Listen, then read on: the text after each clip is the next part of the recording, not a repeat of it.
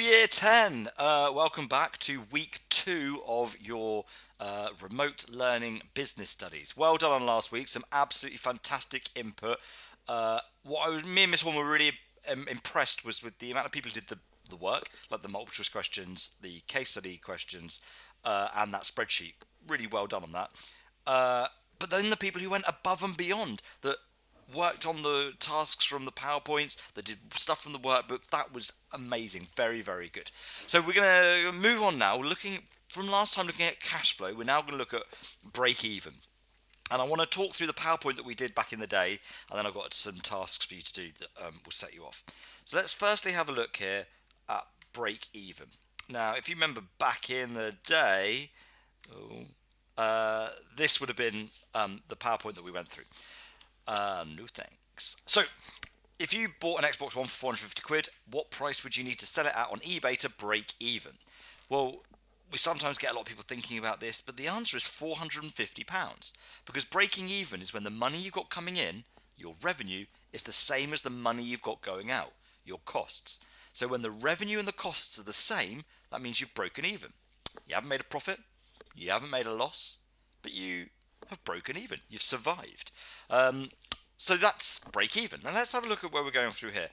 The first thing we need to think about with break even is going back to costs.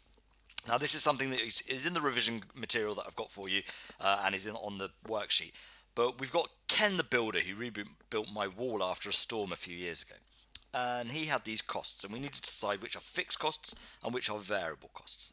Fixed costs are costs that stay the same no matter how much business you do, how much output there is.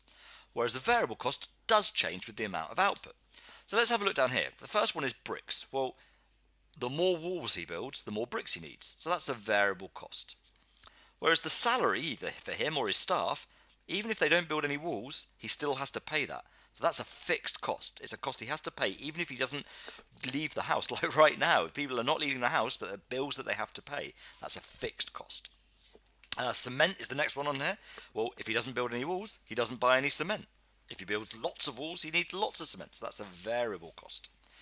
Petrol for the van, in the same way. If he does more business, he needs more petrol. Therefore, it's a variable cost. We've then got van insurance. Well, he still has to pay his van insurance even if the van isn't going anywhere. If it's just sat on his drive, he has to pay it. So it's a fixed cost. We've then got sand, which he uses to make this cement with, or the mortar, I guess, and that's a variable cost because he needs more of it if he builds more walls. We then have repayments for the cement mixer.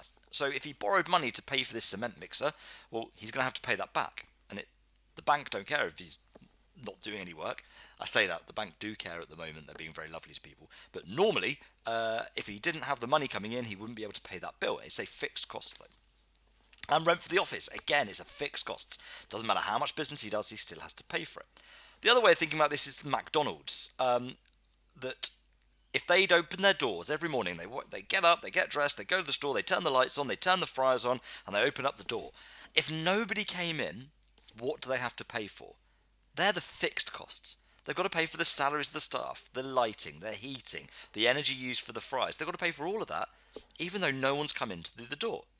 But what if they did all of that and sold 1 million burgers?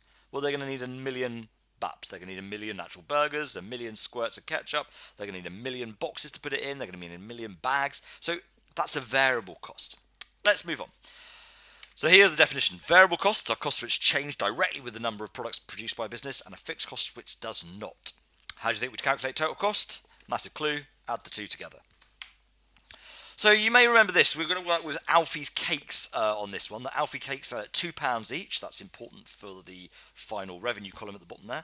The flour costs 30p a cake, and the other ingredients are 20p a cake. Each day the business pays £20 for electricity and gas and £50 for the staff.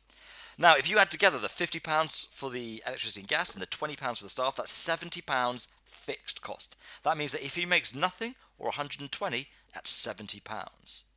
Whereas the ingredients for the cake, we've got 30p for the flour, 20p for the other ingredients, that's 50p a cake. So our variable cost, if we make no cakes, is nothing. But if we make 120 cakes, well, that's £60. 120 cakes times by the 50p. In class, we would have written that out. You can do that yourselves if you want to. There is one on the worksheet, I think, that you can do. Once we've written that all out, we can then plot the lines on a graph. And this is our variable cost that we see moving up. Now, the variable cost, remember, is the cost that goes up the more we make. So this for McDonald's is the burgers. For Ken the builder, these are the bricks for the wall. The more he does, the more he needs. Or she. Well, she for McDonald's. Ken is clearly a man. The next line we've got here is the fixed cost. This is the one that stays the same. The fixed cost is the cost of, it doesn't matter how much they produce, that's the cost. So the Embrook School at the moment, whilst you're all at home, has still got fixed costs. There's no output, there's no students in the class, but there are fixed costs they have to pay. We then have our total costs, which are the two added together. Now, my favourite thing about this, you'll notice that the variable costs and the total costs are parallel. We just shift that variable cost line up a bit. We then have our revenue. Now, the revenue line is based on the price, and we work out revenue by doing price times the quantity sold.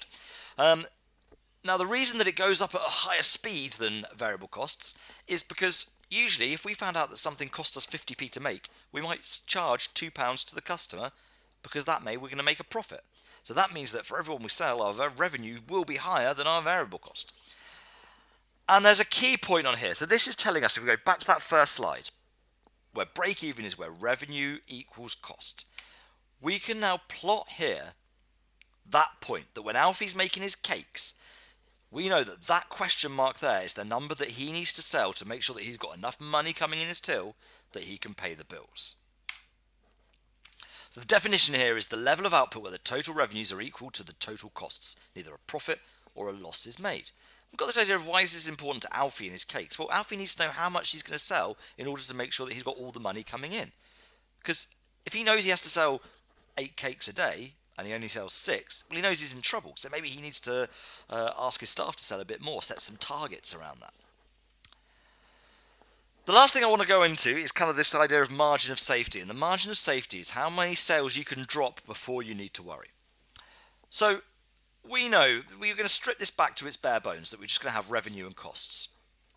And we know that he needs 47 cakes in order to break even. He has to sell 47 cakes a day to break even. And let's say he's selling at the moment 100 cakes. Well, the difference between those 2 points is his margin of safety. He can drop from 100 cakes to 47 before he needs to worry. So he's got a margin of safety of 53 cakes. So at the moment, Alfie's laughing. He's making a huge amount of profit. But if those sales drop down till it gets closer to 47, his margin of safety reduces. The margin where he's not going to make a profit. Now that's essentially, that is the definition here, the amount between the actual level of output where profit is made and the break even. This PowerPoint is available for you in the work that you'll do today, or over the next week. I've also put in here in the revision guides for revenues and costs, profit and loss, break even charts, and using break even. And then this is what I want you to complete. There's a worksheet here. If I load this bad boy up, dun, dun, dun, dun, dun, dun, be really good if I'd had this prepared. We've got an explain the term, write the formula, and have a go at an example as the first bit. So this is kind of like do a definition and such of these things. Then we've got a little grid to work out exactly like I showed you before.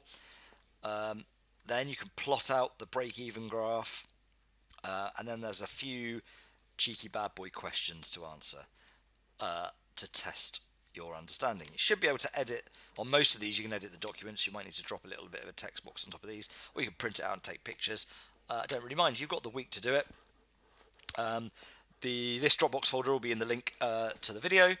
Any questions, please email either me or Miss Horne, and we will sort you out. All right. Good luck. Big fan of your work.